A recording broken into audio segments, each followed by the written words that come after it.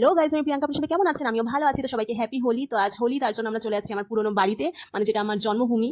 তো সেখানে গিয়ে আজ আমরা হোলি খেলবো, এনজয় করব। তো এটা শুধু জন্মভূমি বললে ভুল হবে, এটা আমার ভীষণ ভীষণ ভীষণ ভালোবাসার একটা জায়গা। অনেকদিন পরে আসলাম, সব ভালোবাসার মানুষগুলো এখানে রয়েছে। তো তাই জন্য সবার আগে আমি আমার বাবার মাকে আদর করে নিলাম। তো তারপর আরেকজনের খোঁজে আমরা বেরিয়েছি, মানে আমার আর একটা ভালোবাসার মানুষ।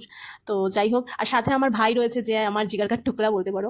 তো চলে এসেছি তার কাছে, এই যে যার খোঁজে আসলে এসেছি। এটা হচ্ছে আমার মেয়ে বলতে পারো, যাকে আমি ভীষণ ভালোবাসি। তো এটা আমার দিদির মেয়ে। তো ওর ছোটবেলা থেকে আমার বিয়ে অবধি আমি ওকে আমার কাছে অনেক রেখেছি। তো তাই জন্য ওর আমার প্রতি আর আমার ওর প্রতি একটা আলাদাই ভালোবাসা রয়েছে। তোকে একটু আদর করে দিলাম। এবার ওর আবদার, ওর মেয়েশোকে রং লাগাবে। তো সেটাই খুব মজা নিয়ে লাগাচ্ছিল, আর খুব এক্সাইটেড যে আমরা এসেছি তার জন্য। তো ওকে নিয়ে আমাদের এই বাড়িতে চলে যাচ্ছি। তো চলেই আসলাম। আর মাঝে আমরা গেছিলাম বাজারে বাজার করতে, মানে আজকে হোলি স্পেশাল ভাং বানানো হবে, তো সেটারই বাজার আনতে গেছিলাম।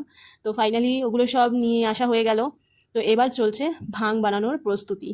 তো ভাং বানানোর পুরো রেসিপিটা আমি এখানে দিলাম না, অন্য ভিডিওতে দিয়ে দেবো।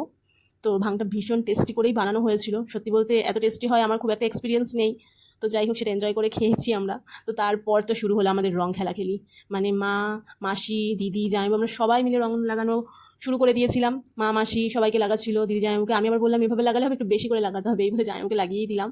তো এইবার আমার বড় লাগিয়ে দিচ্ছে রং আমার মাকে। তা তারপর আমাদের শুরু হয়ে গেল নাচানাচি। মানে বিনা নাচানাচিতে তো হোলি অসম্পূর্ণ থেকে যাবে। তো এটা কি করে বাদ দেওয়া যায়? তো তারপর আমরা খুব নাচানাচি করলাম, অনেকক্ষণ ধরে কিন্তু নাচানাচি করেছি।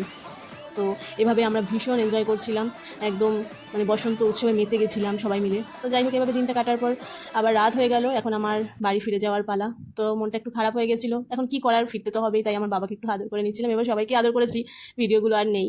তো যাই হোক, এভাবেই এখন বাড়ির পথে এগোচ্ছি। তো আজকের দিনটা তো এভাবে খুবই ভালোভাবে কাটিয়েছি, ভীষণ এনজয় করেছি। আপনারাও কীভাবে এনজয় করেছেন কমেন্ট করে জানাবেন। তো চললাম, টাটা।